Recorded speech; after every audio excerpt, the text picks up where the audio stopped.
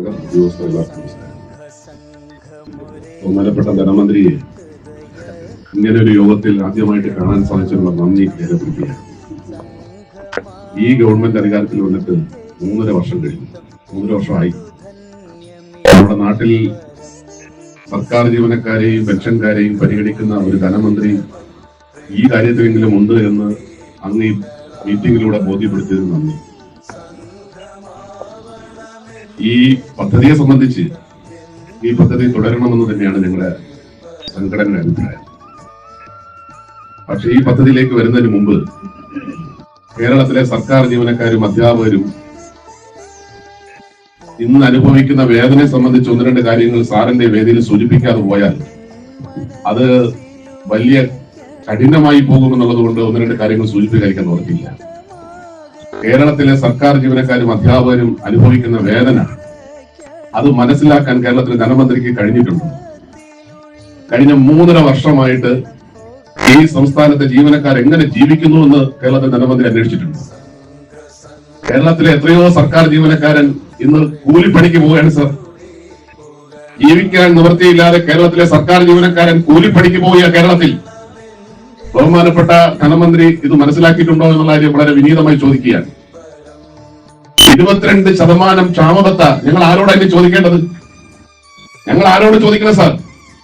ഇന്ത്യയിൽ ഏതെങ്കിലും ഒരു സംസ്ഥാനത്തെ അവസ്ഥയുണ്ടോ? നമുക്ക് ചോദിക്കാൻ ഒരു നാഥനുണ്ട് ഈ കേരളത്തിൽ. ബഹുമാനപ്പെട്ട മുഖ്യമന്ത്രിയുണ്ട്, ധനമന്ത്രിയുണ്ട്. പക്ഷെ ഞങ്ങളെ കേൾക്കാൻ ആരുമില്ലാത്തൊരവസ്ഥയായിരുന്നു. ആ അവസ്ഥയിൽ നിന്നുകൊണ്ടാണ് ഈ കേരളത്തിലെ 22% ക്ഷാമബത്ത കുടിശ്ശികയാക്കി ഞങ്ങൾ നട്ടം തിരികെയാണ് കേരളത്തിലെ സർക്കാർ ജീവനക്കാരൻ. സാർ ഇത് കേൾക്കണം, സാർ ഇത് കേൾക്കണം.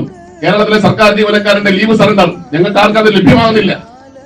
കേരളത്തിലെ സർക്കാർ ജീവനക്കാരന്റെ കഴിഞ്ഞ ശമ്പള പരിഷ്കരണം, പെൻഷൻ പരിഷ്കരണം തടസ്സപ്പെടുത്താൻ നോക്കണ്ട. പറയേണ്ട കാര്യം ഈ വേദിയിൽ പറയാൻ വേണ്ടി കഴിയും. 1-2 കാര്യങ്ങൾ ബഹുമാനപ്പെട്ട ധനമന്ത്രി വിളിച്ച യോഗമായിട്ട് അദ്ദേഹത്തെ സൂചിപ്പിക്കാൻ വേണ്ടിയിട്ടാണ് ഈ കാര്യങ്ങൾ സൂചിപ്പിക്കുന്നത്, പ്രസംഗിക്കുന്നതല്ല. അല്ല, സബ്ജക്ട് ബേസ് ആണെങ്കിൽ തന്നെ ഞങ്ങൾക്ക് പറയാൻ വേറെ വേദിയില്ലല്ലോ. അതുകൊണ്ട് അതിനകത്ത് തടസ്സപ്പെടുത്താൻ ശ്രമിക്കണ്ട. പറയേണ്ടത് പറഞ്ഞിട്ടേ പോകും. സാർ, ഞങ്ങൾക്ക് ജീവിക്കണം ഈ കേരളത്തിൽ. ഞങ്ങൾ അനുഭവിക്കുന്ന ദുരിതം ധനമന്ത്രി മനസ്സിലാക്കണം. 2% കേരളത്തിന്റെ ചരിത്രത്തിൽ ഇന്നേ വരെ ഒരു ധനമന്ത്രിയും കാണിക്കാത്ത ക്രൂരതയാണ് സാറിന്റെ ഭാഗത്തു നിന്നുണ്ടായത്. വെറും 2% ക്ഷാമബത്ത അനുവദിച്ചിട്ട് ആ ക്ഷാമബത്തയുടെ കുടിശ്ശിക പോലും ഞങ്ങൾക്ക് തന്നില്ലെങ്കിൽ ഞങ്ങൾ എങ്ങനെ ജീവിക്കും സാർ? സാറിന്റെ കുടുംബ ഭദ്രമാണ്, സാറിന്റെ കുടുംബ ഭദ്രമാണ്.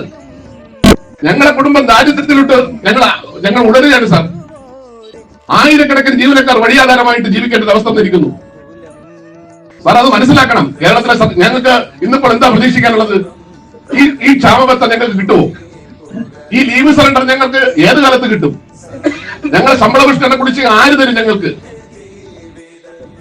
സാർ, ഇതിനാരാ സാറിന് പറയാൻ മറുപടി ഉണ്ടാവും. സാർ പറയുന്നത് കേന്ദ്രം തരണമെന്നാണ്.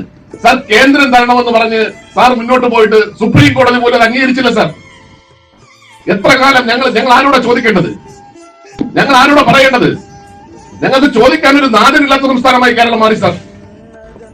ഈ തരത്തിൽ കേരളത്തിലെ സർക്കാർ ജീവനക്കാരും പെൻഷൻകാരും അനുഭവിക്കുന്ന ദുരിതം മനസ്സിലാക്കാൻ കഴിയാതെ കണ്ണുകെട്ടിയിരുന്നതിന്റെ ദുരന്തഫലമാണ് സാർ ഈ പാർലമെന്റ് ഇലക്ഷനിൽ അനുഭവിക്കേണ്ടി വന്നത്. ഇടതു മുന്നണി, നിങ്ങൾ കണ്ണു തുറന്ന് കാണണം. ബാക്കി എല്ലാത്തിനും പണമുണ്ടല്ലോ, എല്ലാ കാര്യത്തിനും പണമുണ്ടല്ലോ. സർക്കാർ ജീവനക്കാരന്റെ ഈ കാര്യം കൂടെ കാണാനും കേൾക്കാനുമുള്ള ഒരു മനസ്സ് നിങ്ങൾക്കുണ്ടാവണം.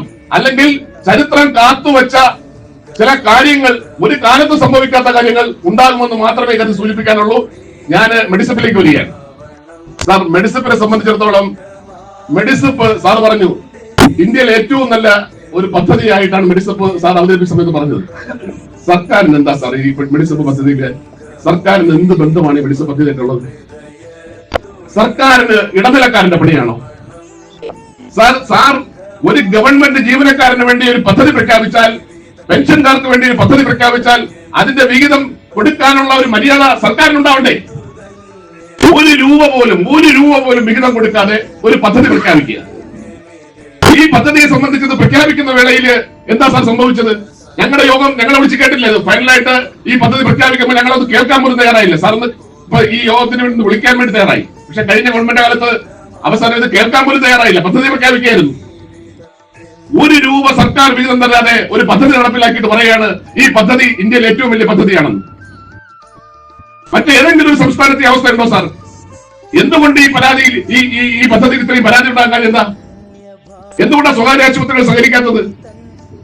അവർക്ക് ആവശ്യമായിട്ടുള്ള നമ്മൾ ഒരു അസുഖത്തിന് വേണ്ടി നിശ്ചയിച്ചിട്ടുള്ള ആ ഒരു ടാർഗറ്റ് അവർക്ക് സ്വീകാര്യമില്ലാത്തത് കൊണ്ടാണ്. അതിന് സർക്കാർ എന്താ ചെയ്യേണ്ടത്? ജീവനക്കാരിൽ നിന്ന് കൊടുക്കുന്ന തുല്യമായ തുക, പെൻഷൻകാരിൽ നിന്ന് കൊടുക്കുന്ന തുല്യമായ തുക അതും സർക്കാർ കൊടുത്തുകൊണ്ട് സർക്കാരും അതിനോടൊപ്പം തുല്യമായ തുക നൽകിയാൽ ഈ പ്രശ്നം തീർന്നു. ഇത് 1 രൂപയുടെ കാശ് പോലും സർക്കാർ കൊടുക്കുന്നില്ല. ഞങ്ങളിപ്പോ നോക്കിയപ്പോ 2050 കോടി രൂപയാണ് പിരിച്ചെടുത്തിരിക്കുന്നത്. 1428 കോടിയാണ് കൊടുത്തിരിക്കുന്നത് കണക്ക് പറയുന്നത്. കഴിഞ്ഞ ഈ 3 വർഷത്തെ സ്കീം അനുസരിച്ച് 2000 കോടി രൂപയുണ്ട്. കോർപ്പസ് ഫണ്ട് ഉൾപ്പെടെയുള്ള കാര്യങ്ങൾ അതിനകത്ത് വരുമായിരിക്കാം. പക്ഷേ കേരളത്തിലെ മെഡിസപ്പിനെ സംബന്ധിച്ചിടത്തോളം, ജീവനക്കാരെ സംബന്ധിച്ചിടത്തോളം, മെഡിസപ്പ് ഒരു പരാജയത്തിലേക്ക് മാറിയിട്ടുണ്ടെങ്കിൽ അതിന്റെ പൂർണ്ണ ഉത്തരവാദിത്വം സർക്കാരിനാണ്. സർക്കാർ എന്തോ ഒരു വലിയ ആവേശത്തോടു കൂടി ഒരു പദ്ധതി പ്രഖ്യാപിച്ചു. ഈ പദ്ധതി എങ്ങനെ പോകുന്നു ഞങ്ങൾ ആരോടെ ചോദിക്കേണ്ടത്? ഒരു സ്വകാര്യ ആശുപത്രിയിൽ ചികിത്സയ്ക്ക് വേണ്ടി പോയാൽ ഈ പദ്ധതിയെ സംബന്ധിച്ച് ഞങ്ങൾക്ക് അവിടെ എന്ത് ചികിത്സ കിട്ടുന്ന ഉറപ്പാണ്. തിരുവനന്തപുരത്ത് നമ്മളെല്ലാവരും താമസിക്കുന്ന തിരുവനന്തപുരത്താണ്. ഈ തിരുവനന്തപുരം നഗരത്തിലെ ഏതെങ്കിലും ഒരു ആശുപത്രി ചേർന്നിട്ടുണ്ടോ സാർ? സാധാരണഗതിയില് ഇത്തരം ചർച്ചകളിലൊക്കെ പങ്കെടുക്കുന്ന നിങ്ങൾക്കൊരു സമയമുണ്ട്. അല്ല, എല്ലാ കാര്യവും പറയാനല്ലേ, നിങ്ങൾ പറഞ്ഞോളൂ, ഞാൻ ഇടപെട്ടില്ലല്ലോ. ഇതിനൊക്കെ ഒരു സമയമുണ്ട്. അത് പറഞ്ഞു കഴിഞ്ഞാൽ മനസ്സിലാവുന്ന ആളുകളായിരിക്കുന്നേ.